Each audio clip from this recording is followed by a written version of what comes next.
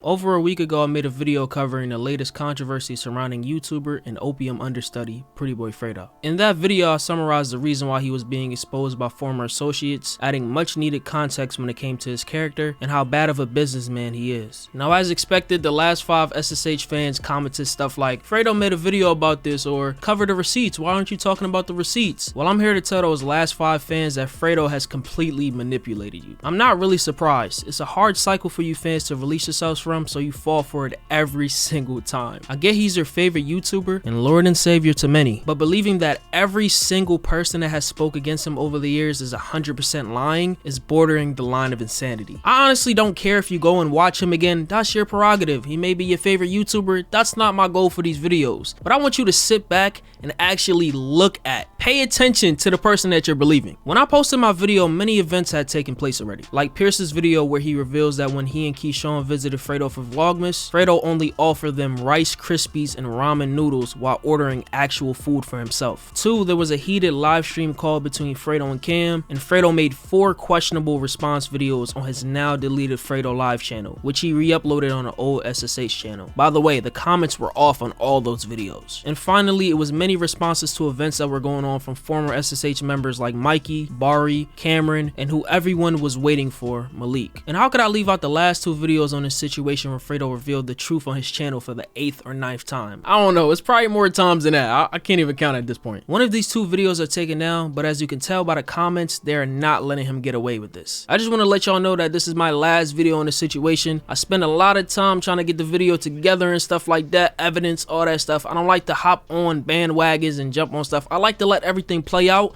so I can get all the facts, all the evidence. Y'all know me, y'all know how I do it over here. But hope y'all enjoy. Make sure you leave your think pieces in the comments. I may or may not read it. All the love will be appreciated, you know what I'm saying? All my subscribers. Thank y'all for 30,000, by the way, you know what I'm saying? Appreciate y'all for rocking with me, you feel me? So let's get into it, you know what I mean? We're gonna have some fun today.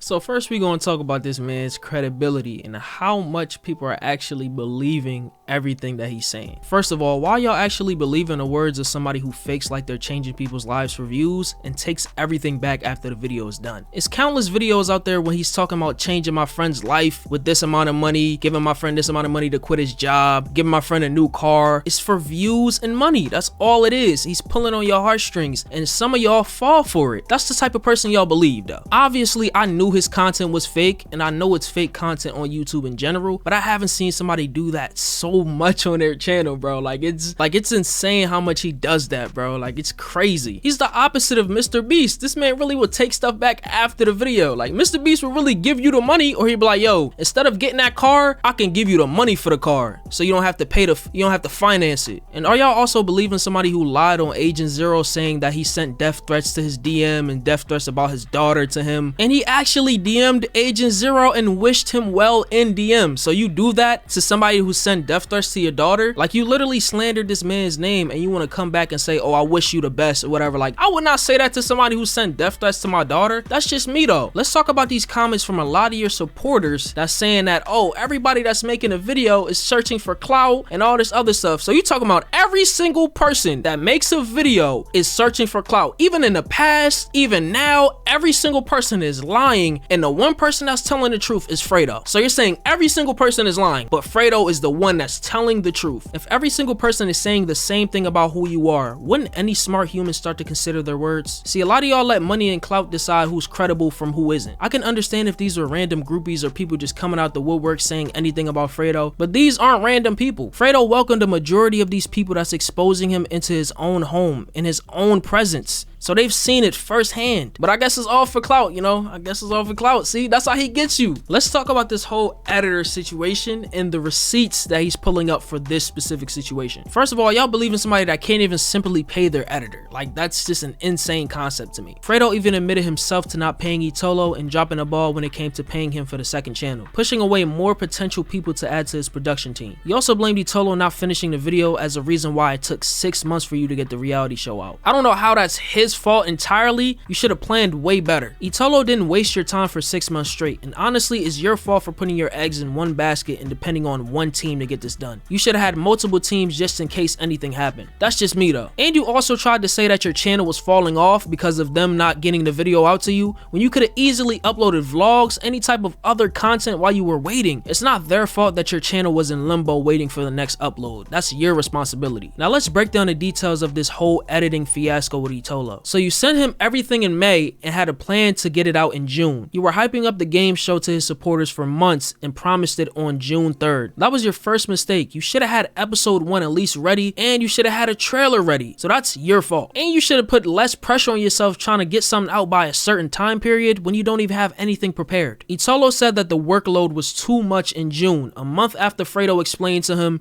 and said that, you know, the workload is going to be bigger than usual and this is not nothing regular. So Itolo was prepared. He thought he was prepared, but he let him know in June, though it was a little bit late and it was past the time that he wanted to upload and get the game show out, that he couldn't handle this. He let him know that. But at the same time, you should have had a backup, Fredo. That's on you. Fredo basically said that the month that Itolo pretty much wasted his time and didn't have anything for him was the reason why it took him 6 months to get it out. And he said this himself. 6 months. So that 1 month sent you back 6 months? You know what I'm saying? Like, that don't really add up. And months later, after all that happened, you came back to Itolo to ask him to revise 2 episodes that you got done by somebody else. And this is after you refused to pay him for previous work. Let's talk about Itolo's mistakes real quick. Itolo's first mistake was working with Fredo in the first place, but his second mistake was actually agreeing to a verbal agreement. You always got to get stuff in writing, but that doesn't mean that you don't get compensated. If you produced an entire show, which Fredo admitted himself, you deserve to be paid. Simple. Fredo also admitted that when he spoke to Itolo about pay for the reality show, that they were both throwing numbers out there and talking percentages, not coming down to a certain amount. Fredo also says that the two had worked in the past as far as editing, but the reality game show was a way bigger project, basically implying that Itolo's compensation would take time to figure out, which anyone with a brain that could put 2 and 2 together can obviously see that this means that Fredo has to pay Itolo a lot more than usual. This is not a basic editing job. Itolo says that Fredo owes him 10K, and I kind of believe is in that range based on what Fredo says in the text messages. When Itolo sends him the message of everything that he's owed, which adds up to over 10K, Fredo says clear as day that he values Itolo, but he doesn't have the money to pay him. But wait, I don't see any message of Fredo saying that he doesn't owe this amount, despite him saying on video that Itolo was not owed this much, and he said this on multiple occasions. Anyone who didn't have some sort of agreement in place with somebody else would flat out say like, no, I do not owe this money at all, and you better find that money somewhere else. But Fredo basically said that he values Itolo, but he doesn't have the money to pay him. He didn't say anything like, I didn't owe this money, none of that stuff. But when he goes to YouTube, he comes up with a whole different story. Isn't that insane? And Fredo revealed that he and Itolo sat in calls for months and didn't even deny that Itolo played a huge role in the show's production. Like I said before, the verbal agreement is what Fredo used to get over on Itolo. As for the burnt laptop that Fredo is trying to use to say Itolo's a scammer, Fredo is seen on several occasions after this asking for Itolo's help, hopping on phone calls and asking him for other advice. If Itolo's such a scammer, why are you involving yourself with somebody that you don't deem as trustworthy? If I was Fredo, I would cut all communication and take my L and go find another editor. Itolo says that he sent the laptop pic as a joke and that he and Fredo hopped in the call right after and joked about it. And if he was actually trying to get over on you, why would he use a picture that could be easily found on the internet and it's one of the first search results when you search up burnt laptop on Google? I honestly think that Fredo is lying about this whole burnt laptop thing and trying to use it to say that Itolo is a scammer and to damage his whole credibility about this whole situation. Now let's talk about a very good example of how Fredo attempts to manipulate every single thing when it comes to his responses. In a video where he talks about the truth about everything, mainly this video was about Keyshawn, he shows random transactions, says that he has evidence of Keyshawn stealing his clothes, and says that he has cameras up but never showed any footage, only a small clip of Keyshawn walking in the back, which is no real proof. How do we know that you didn't give Keyshawn them clothes and when y'all fell out, you decided to make him look like a thief? That could very well be a possibility, knowing you. And this is all done by showing Keyshawn's Instagram posts like it's definitive proof. And people are just seeing that as, oh, that's receipts, that's receipts. Fredo also adds an out of context clip of Keyshawn saying on live, come get your stuff back. This this clip is not 100% proof that he stole it. It could very well mean like, yo, you gave me this stuff, you want it back, come get it back. Both of them could be liars, but I'll believe Keyshawn over somebody who has a whole history of getting over on people. Fredo, your supporters aren't kids. They see through all this, bro, and I hope you get a better PR team when you're going through controversy again, man. Like, because the way you handle stuff is so bad. You've lied so much to the point where most people know when the manipulation is coming. Like, be better, bro. Like, they really are predicting this. You get into beef, make a couple response videos and delete them,